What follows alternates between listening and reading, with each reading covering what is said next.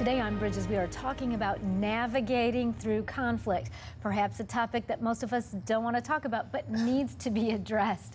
And joining me to help me talk about that today are Adonis and Heather Lenzy. Adonis, good to have you back on Bridges today. It's always good to be with you, Monica. Thank you for inviting us back. I'm glad to have you. And Heather, it's good to have you. It's great to be back. Thank you, Monica. So I love your book on dating in black and white, because it just makes it clear, because it can be confusing. Yeah. But conflict, Adonis, it's a hard topic. Yeah. Most of us want to avoid it, especially if we're dating. We just feel like, if you really like this person, there aren't going to be any problems. Yeah. And I think that's the farce of it all. And that's thinking that, you're going to God and you're expecting, since you're with God and God's brought this person into your life, that everything is going to be peachy and rosy and no arguments or anything like that. And that is just not the case, because we are human. And I don't care how good a Christian person you are, somebody can push your buttons and cause you to react in a certain way. That's exactly right. It's going to happen. Yeah, it's unrealistic to think that. And I think conflict can be good for us. And so I think we have to understand God's purposes and all of that. But I thought for a lot of years that, if two people just really loved each other, you just wouldn't have that much conflict. Yeah, and that's just not true, because at the end of the day, you got two people from two different backgrounds, personality types coming together in a relationship and trying to walk that out. And so there's going to always be that, kind of like that rubbing that sandpaper. There's going to always be somebody's feelings are going to get hurt. There's going to always be somebody taking something said the wrong way. The truth? And so one of the keys in navigating conflict is learning how to communicate with one another. When Heather and I were dating, we were very intentional. And so we kind of felt like God had us on this track, that He brought each other into our lives. So we wanted to be intentional. And one of the things we did, we met with the lady at our church who administered to us a personality profile, the whole DISC profile test. And so we took those and we learned about our personalities. And then she took it a step further. We had lunch with her and her husband. And according to our results on our test, it showed our personalities, but it showed us how we are supposed to communicate and package communication to one another. And so she took it through with my personality profile and then with Heather's. And so we learned how to communicate to one another. For instance, it's like I'm more of a planner and I'm methodical, and my personality doesn't do well with Heather coming and said, "Hey, let's go away for the weekend." I'm like, "Oh, wait, what we're doing?" And so we got to plan this out. And so with Heather, if we learned this about Heather, because me, I kind of had it twisted, Monica, thinking, okay, if I'm going to be in this relationship and if we're going to be married, then I'm going to be the head of the household and I'll be able to give a command. This is what's going to happen. That's wrong. That's how we make it sound in church. And if you're really a good man and if you're really a good leader, you're going to say it, and she's going to go, "Oh, of course I want to do that." And that was like, Heather was like, my personality does not allow you just to tell me what to do. And so we had to learn that, and we're thankful that we learned that, because even in our dating, we had conflict in our dating, but learning each other's personality profiles and styles, it allowed us to learn through our dating experience how to communicate to one another. Because, and this is so funny here, when we first got married, I think something happened when we got back from our honeymoon. And I didn't know I had a lot of pride on the inside of me as a man, right? And so this is a funny story. I tell it all the time, no matter where we are, just get a big laugh out of it. But before we got married, we actually moved all of her furniture into my little one-bedroom apartment, so we didn't have to deal with that later. Sure. And so it was still set up in boxes and stuff like that. So got married, did our honeymoon, came back, and we were unpacking the boxes. And so I came across one box, and I opened it up, and there was an iron.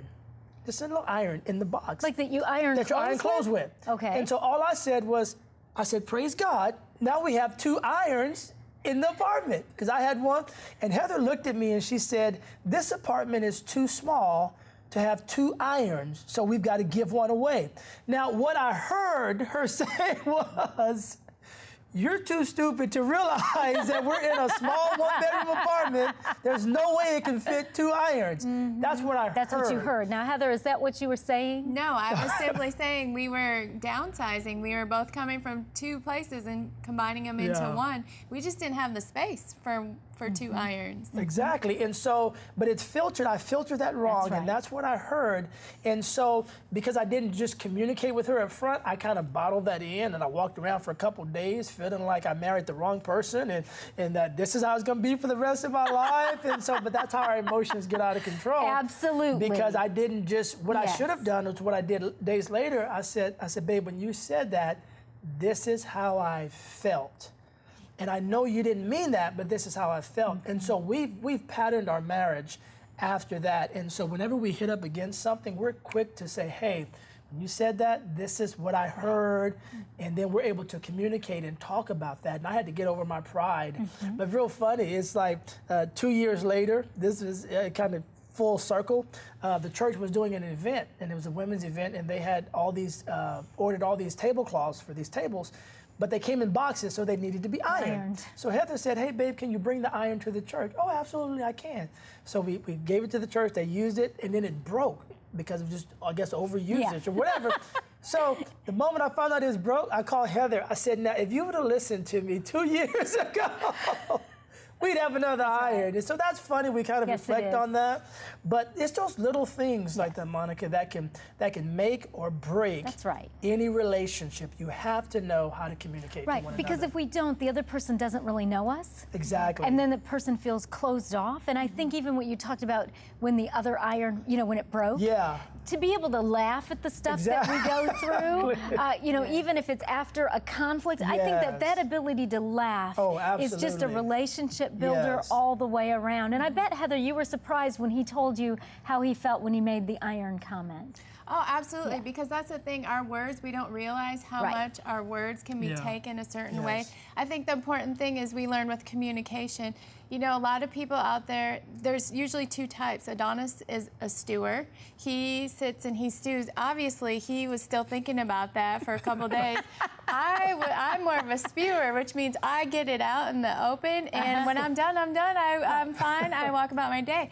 But the thing is, people are different, and so you're going to have different people. Even someone said, I think I'm a spewer and a stewer, but I think it's learning that about each other, to know that, hey, he needs a few moments to process what just happened, or for him to know, don't get mad at me again because I'm over it now. We have to learn to communicate with each other and learn that, and that's so key when you're in your dating relationship, because everything that we learned in our dating relationship, we've brought into our marriage. There were times where we hit things in our dating relationship where we just didn't know if we were going to make it through. It's so much easier at that point, if it's not meant to be, to part your ways.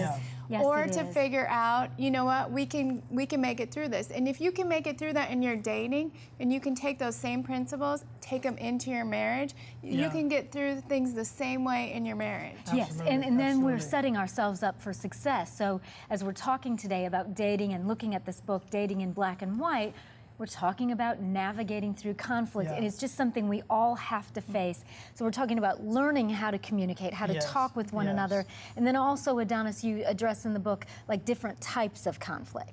And I think you have to, because there's no relationship without conflict. Got that right. Okay, if it Wherever is, there are people, they're in there's denial, conflict. and so there's a bigger issue. They're hiding something, or they're in denial, so that's a whole different issue, a whole different topic.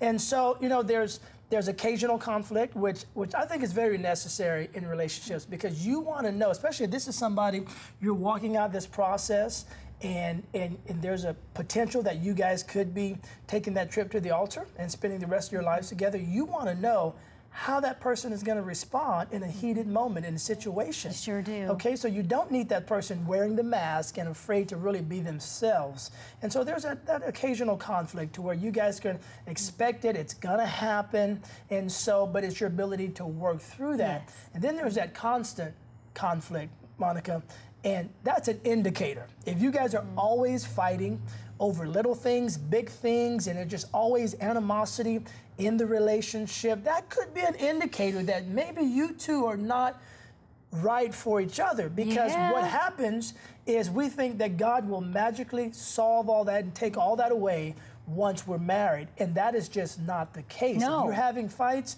before you get married and they're just not getting better, you guys can't see eye to eye on things, then it's going to be a disaster if you ignore that and take a trip to the altar. Right. And people do that because they think, well, you know, but I love you, so I'm still going to get married to you.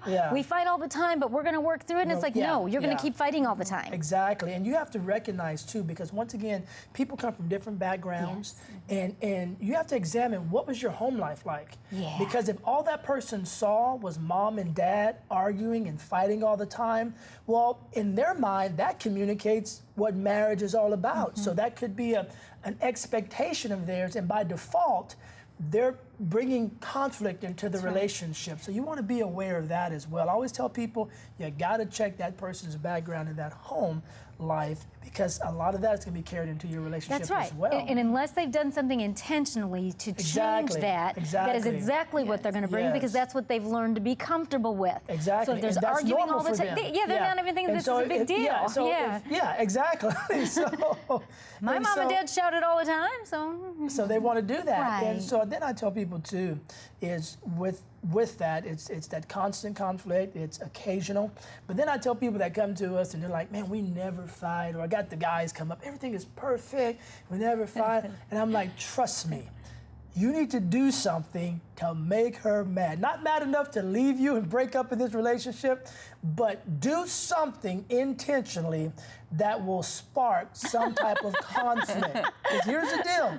What happens is, if you sit there and put the blinders on and walk through that relationship without any conflict, then you get married, and the first big blow up, neither one of you are going to know how to manage that. That's right, because it's never happened It's going to be the before. snowball effect and the spiral effect. So I get with some of the guys and I'm like, dude, all you got to do is call her up, tell her you're going to take her on a date, you're going to be there at 7 o'clock, and then just forget about it. And see, that's hard. See the response. We just got from you, Monica. But that response, what is it going to do? It's going to bring out something that you need to see in that person. And you need to work through. Now, we've got just a minute left in this segment, but what are some do's and don'ts? Because conflict's going to happen. What are some things we should do and not do in conflict? Well, I think, first of all, learn about the person that you're with. Learn how they react to things, and try to package things differently with, the way that their personality is going to take it the best. I'm not saying be fake or anything, but just know sometimes if you say something a little bit differently, it's going to be received a little bit differently. That's just smart planning in a relationship, and that's a good business skill as well. You know, I know for my husband, respect is just really important. So I don't say anything offhandedly to him. I show that if I'm disagreeing, I really respect him, I value him. I'm not saying like, you're dumb, we don't need 2 irons. I want to make him feel good, but I want to say what I need to say. Yeah, absolutely. And I think another thing with that, some of those don'ts are, especially when it's within your relationship, you need to keep that within your relationship. Or if you have accountability partners, those are things that you take to them, but you have to be careful of who you share your conflict with. And we tell people all the time, it's like, be careful, even if you share that with family, because what begins to happen is if you two are walking out of a relationship and you hit a moment where there's conflict and one of you do something that really hurts the other person, okay, chances are, since you guys know how to communicate, you're gonna walk through that, forgive each other and get back on track. But you told mama what he did, and mama is not going to forgive him. No, she's not. And that's going to make Thanksgiving hurt a mama's kid? So Thanksgiving dinner is going to be very awkward, Monica. And the person's going to be sitting there like, well, okay, what happened? And so you got to keep that within the confines of your accountability partners and within yourself. And it is okay. It is okay to go and get help. If you're at a place where you're stuck and you think you are for each other, but there's just something you can't work out, it's okay, one, to take it to God, but it's also okay to go and ask others for your help in a safe place. And even in counseling, we're just saying not mom and dad, not people that break their heart. Because they're going to hold it against the person. They can't help it. It's going to affect the way you operate within that relationship. We don't want that. Thank you so much for coming and for sharing. Up next, you're going to meet David and Lesa, now a married couple, but obviously were dating at one time and have learned and are learning how to navigate through conflict. For more information on a guest, visit our website, ctntv.org.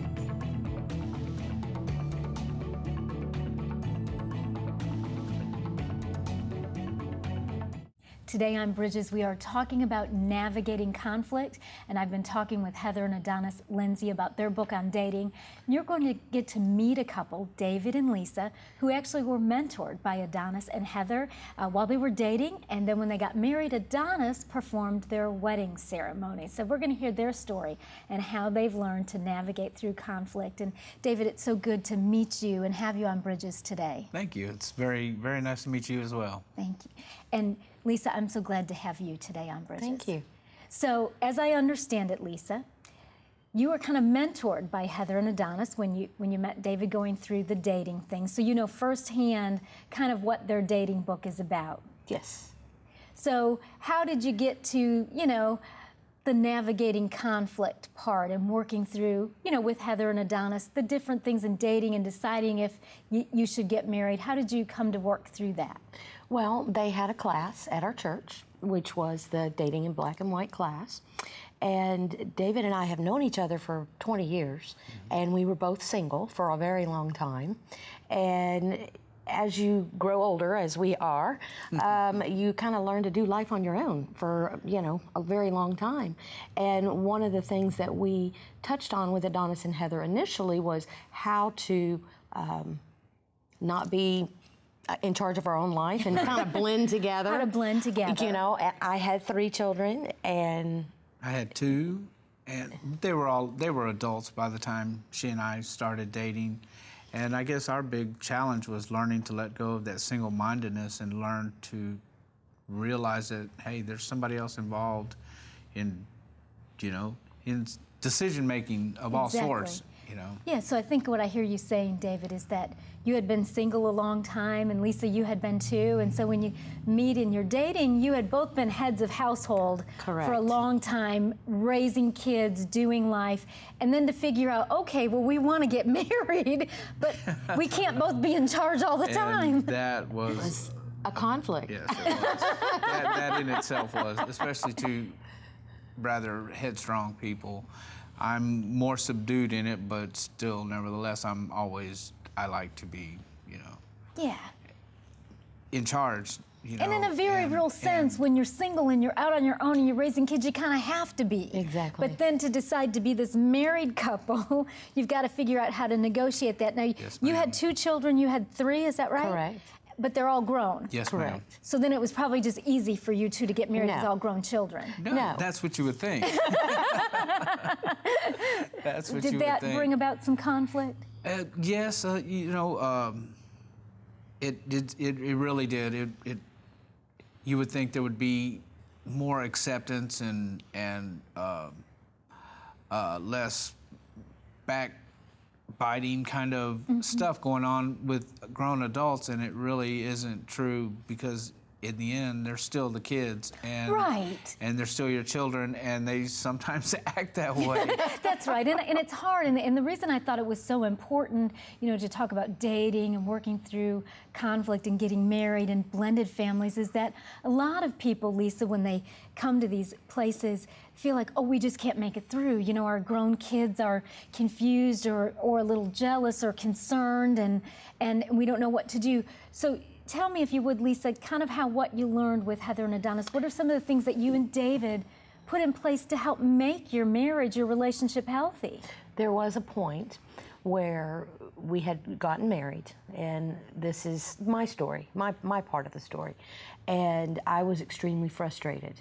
And we're Christians, but we don't always get it right. That's right. So this is a place where I had it, and I was, frustrated with trying to blend. And, we have 5 beautiful children that are wonderful people, and trying to just learn and navigate and find our place and their place. And it wasn't easy. And I got very angry with my husband because I wanted him to do certain things. And as a woman, a single woman for many years, if somebody wasn't doing something, I would just pick it up and just take off with it, and that was the way it was. And then resent him for not doing what it was that I wanted him to do. And I remember calling Adonis saying, that's it, we're 6 months into this, I'm done. I'm done. So you were pretty frustrated. I was very frustrated. I was like, help, SOS. And he sat down and spoke with both of us. He had time with David, and he had time with me. And what I learned in that time that has really changed me, it was a mindset that I had to change. Being a single mom and having to be responsible for my own family, coupled with my own life hurts in the past. I had a mindset that I had to do it all myself. I have to take care of it. I believed a lie. If I don't take care of everything, it's going to fall apart. Right.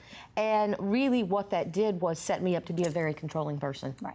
And you weren't meaning to be. I wasn't meaning to be that way. You just wanted to make this marriage I just and blended wanted family happy. to fix this. And what God showed me in all of this was I had to start looking at me and let Him undo those mindsets that I had so that I could then allow Him to be the very thing that I really wanted Him to be to begin with, which was the leader of our home. Right.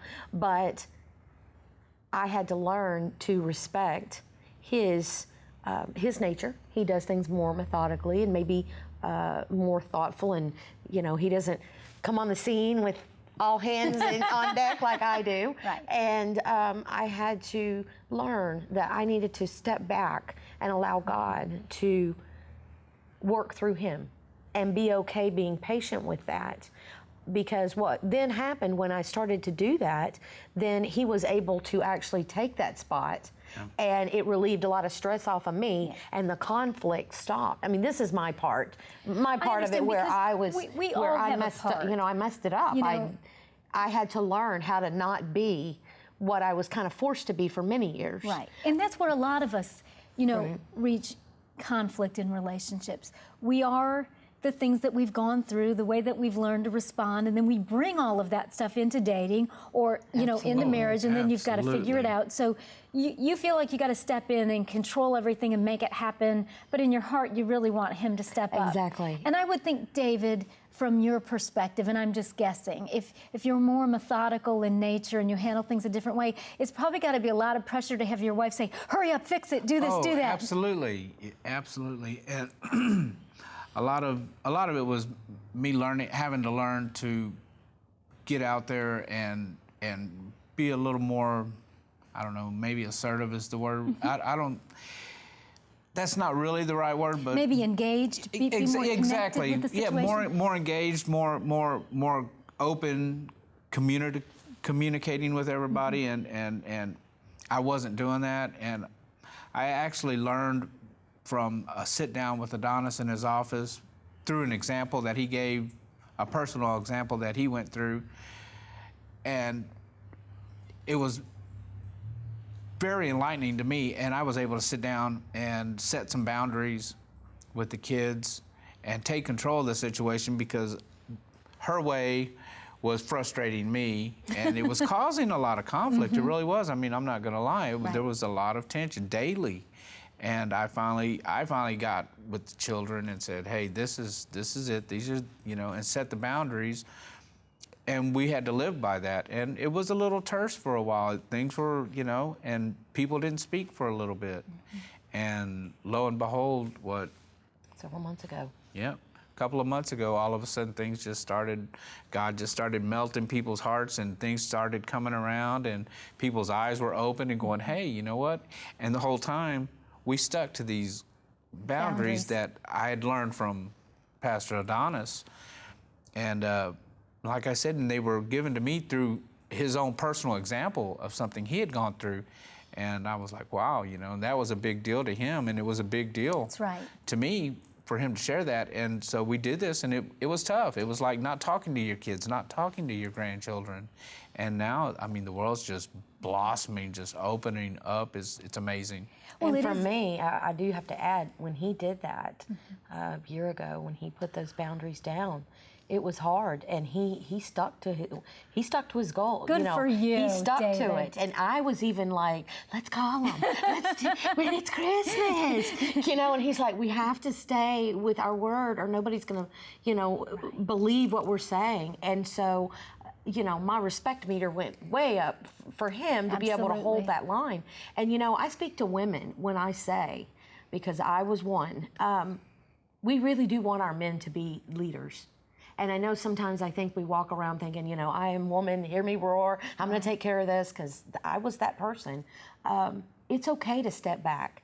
Submission isn't a bad word. It's allowing him to be that God-given person that he created him to be. And when the more, let me say, because I don't totally have this None of conquered, us do. We're all on a journey. The more I back off, the more I rest in my place, the less conflict we do have.